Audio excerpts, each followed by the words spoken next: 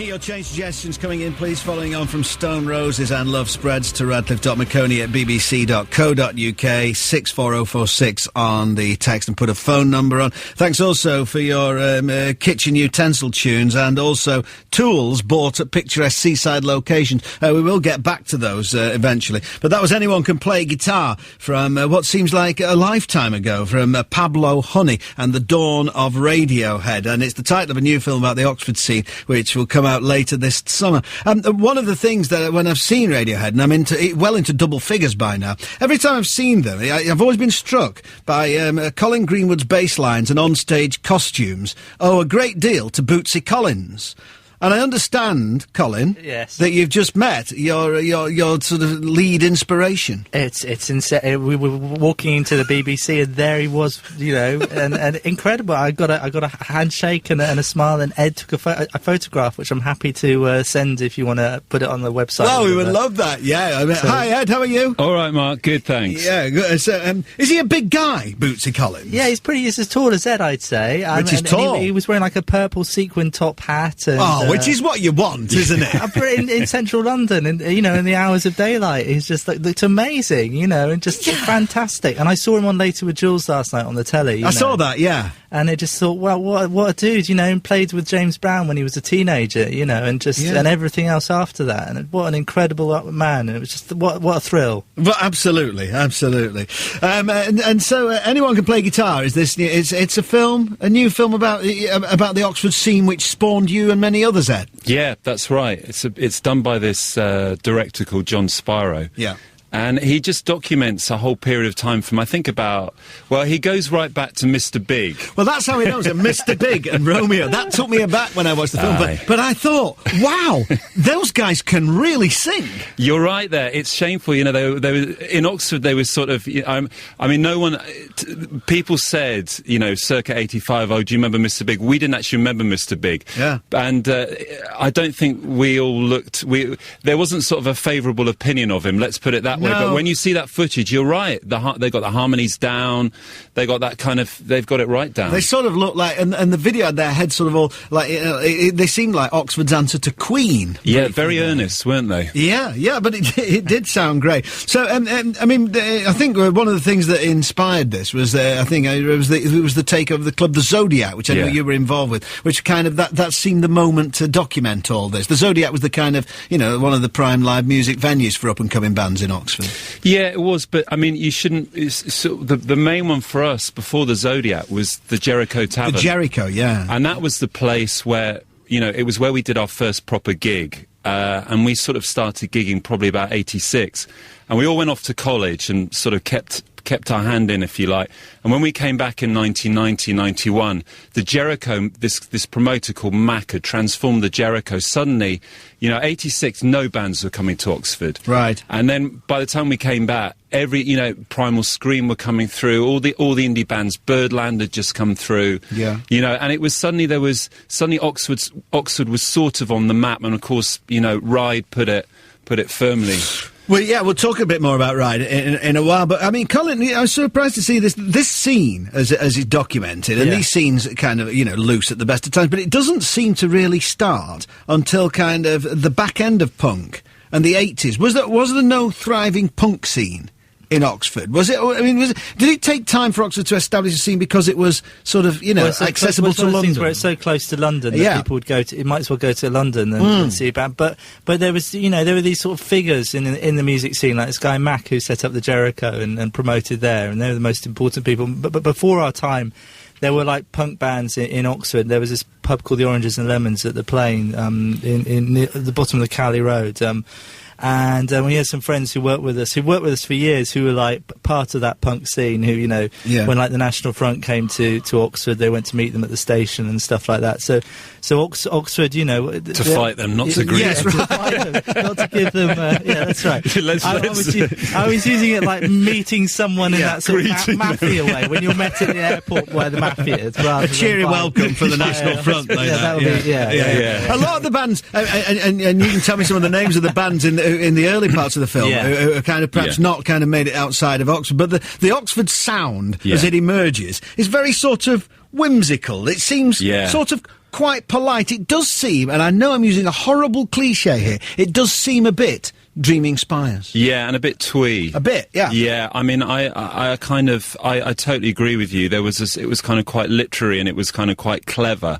And when, certainly when we were 14 or 15, the last thing you want to hear is any clever music. You want it straight from the gut and to be quite raw and primal. So I think that, I don't, personally speaking, I was aware of a bit of the punk scene, but I was always too scared because I was too young to go into any of those pubs. And a lot of those bands until Ride, there was Tallulah Gosh but they sort of seemed like to emblematic of that sort of slightly whimsical scene, the sort of Anaraki sort of scene. But I suppose the band who are in this who don't look like any of that is Swerve Driver. Yeah. Brilliant band. Brilliant. Absolutely brilliant. They made a great. Son of Mustang Ford was a brilliant record, and they made a great album called one of my favourites, Ejector Seat Reservation, which is awesome. Right. But they were sort of the Stooges, weren't they? They were sort of they looked a bit crusty. Yeah, very, very. What we used to call doity. Oh, right, I don't know that one. Yeah, that's an Oxford thing. Yeah. Is it? Yeah. Right, yeah. But there were so many bands. That was what was great about when we were there. It was like 5:30, Jennifer's, who were early incarnation of Supergrass. Yeah.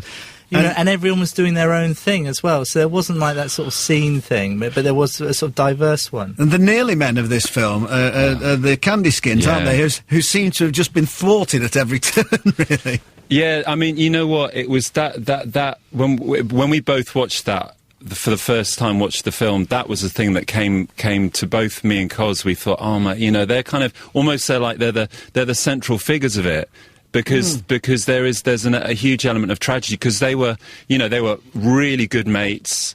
They helped us out. They helped us out a lot, gigs. And it was kind of quite.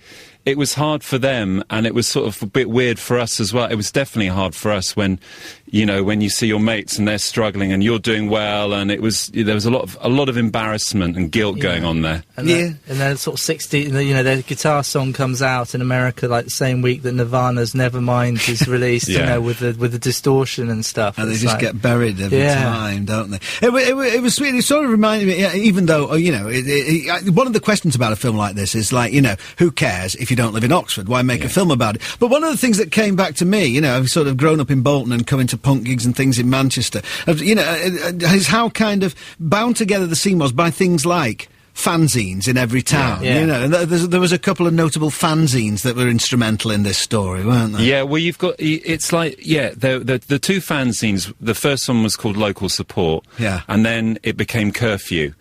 And the reason there's a music scene, and it's what every town needs. If you're going to have a music scene, you need three things. You need a fanzine. So for a band like us, it was what we were trying to do when we started to get on the front of that. We weren't, Enemy, Melody Maker, Sounds wouldn't touch us. We had to get on the front of that local fanzine. The second thing was somewhere to rehearse, and the third thing is somewhere to play. And if you've got those three things happening, then you can get a music scene. But you need all three of those things, and without any one of them, it doesn't really happen. Yeah, OK, we'll talk lots more. Let's hear Twisterella by Ride, and then we'll talk about, what influence this band were on you.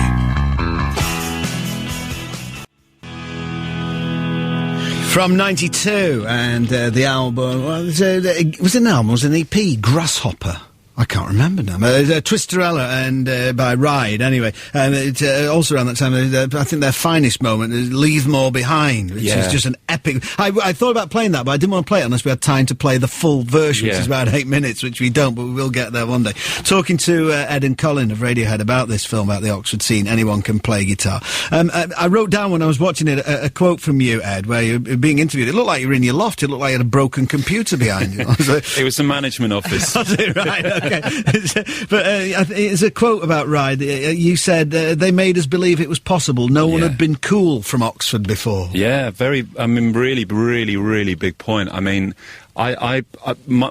we started this band in like 85, and we had kind of 2 years pottering around. Then we all went off to college. I went up to Manchester.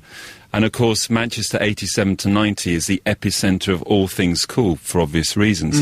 And coming back to Oxford... in 1990, it was suddenly like, hang on a sec, there's a bit of coolness here as well. And it was right. They were on Creation, you know, they were the darlings of the indie press, and it's a really important thing. If you come from a place like Oxford, which didn't really have any history, it seems extraordinary in itself, doesn't it? Well. Really? Yeah, I guess it does. But I mean, the nearest place, I mean, Bristol down the road was the cool place. Yeah. I mean, I'm just thinking, it's such a part of the English landscape, Oxford, and Cambridge has a kind of strong musical lineage. Well, there was the Thames Valley thing as well, like Reading, people like Chapter House, Slow Dive, and stuff like that. Which overlapped. Yeah. But you have to believe a place is, you know, you have to. But if you're gonna try and be cool, you've got to believe it's possible. If you don't believe it's possible, then you just go, well, you know, sod it, we'll move to Swindon. Yeah, you know. Yeah. And describing the XTC, XTC, indeed, but you know, describe it. Ryder interviewed in, Mark Gardner saying that, like, you know, it seemed Colin so simple. He says we sent out one tape, we'd done a few gigs, and then, you know, it just took off. It seemed so simple when he put it like that. Who said that? I think Mark Gardner about Ride, you know. Yeah, well, you know, but they look great and they sounded. I mean, you know, that Chelsea, the EP they recorded, you know, that first one was amazing. You know, and we did a demo in the same place like years before, like, and it was that was fantastic. Yeah. I mean, again, when you describe sort of lift off for Radiohead, it sort of seemed like without trying much, you suddenly had a club full of A&R men, you know, and there's some great early footage, very grainy, but it's very amusing to see Tom as kind of method frontman and rock star there, you know, with his long blonde hair and everything. But I mean, you know, Ride, it seemed to be easy for them because they were great, as you say. Did it sort of then feel easy for you? Because that's how it comes over the way you describe it, really. It just happened very quickly. You know, Tom finished college in '91. And then that summer we decided, okay, we're not going to wait. Johnny's just started, and we're just like, okay, well, we're not going to wait for Johnny for another 3 years. So we're gonna start. And it did happen. I mean, it happened within 6 months. But again, I think the reason it happened quickly was because of all the bands that went before us. I think what's interesting about the film is that you realise that, you know, there seems to be like a wave every year or every 2 years, and each wave stands on the shoulders of the previous wave. So, you know, by the time our demos being touted around in October of '91, you know, there were two things really. One was it was acceptable for a band to be cool and an all right band to come from Oxford, which was, you could get A&R men down, which was very important to play in front of your home audience. But the other thing was, for us, it was Smells Like Teen Spirit and Nirvana. You know, the way that the early Radiohead songs followed a very similar pattern, like quiet verses, loud choruses, and obviously, and that was. I mean, our influences were the same as Nirvana. Predominantly, like the Pixies, for example, that was a real Pixies trick. So, of course, when Nirvana broke, they're looking around for more bands like, you know, that sound like Nirvana. People and more open to that thing, and we've been doing this for 3 years, kind of in village halls and stuff like that. So, you know, good timing is everything. Another thing that comes out of the film, you know, one of the sort of general feelings, one of the consensus views of the Oxford scene is like, you know, release it, even if possibly it's commercial suicide, even if it's totally non-commercial. And I mean, people may detect that was kind of an adage or an axiom that stayed with you right through Radiohead to the current day. Yes. I mean, it hasn't proved to be commercial suicide for you, has it? But I mean, that kind of experimentation and not sticking to that kind of, you know, perhaps the most obvious route. Yeah, but I was speaking personally, I don't think we'd know what the most obvious route was anyway, so, you know. Right. Okay, yeah. So when's the film out, do you know? No, I've got no. It's late summer, we think. Anyway, yeah, it's been finished, hasn't it? And I think they're waiting for some kind of some final clearances or something. Yeah, and there's a website, and I think, like you said, it's a really good film about. It's like it reflects any small music scene. Yeah, you know, and it's kind of. My wife, who's not particularly interested in the Oxford music scene, actually found it quite compelling. So yeah. No, if you've ever been in a band or you sort of growing up in your town, it kind of mirrors certain elements of it. I think everything gets something from it. So where are you up to? Obviously, you know, King of the Limbs is out there and everything. Are you sort of limbering up to do anything particular, or doing any playing or any festivals or anything? No, we're just taking a break at the moment, and then we're just going to get back together and just get back to sort of playing in a room together, and that's the plan, really. Yeah, all right. So I was just thinking about it and watching this, and sort of, you know, thinking of the times when you would dream of sort of headlining the Jericho Tavern and things like that. And I also remember talking to you, Ed, on one of several occasions we've met, and I think it was after Kid A, and you saying, I think next time we'll just do a straight-ahead album of 3-minute pop songs. That doesn't seem to have happened as yet, does it? It is funny. No, it doesn't. It doesn't. Next time. Next time. I doubt it somehow. But anyway. Guys, listen, thanks for sparing us some time. It's great to talk to you. Thanks a lot. And I hope to see you soon. Yeah, nice one. Radiohead, and this is Lotus Flower.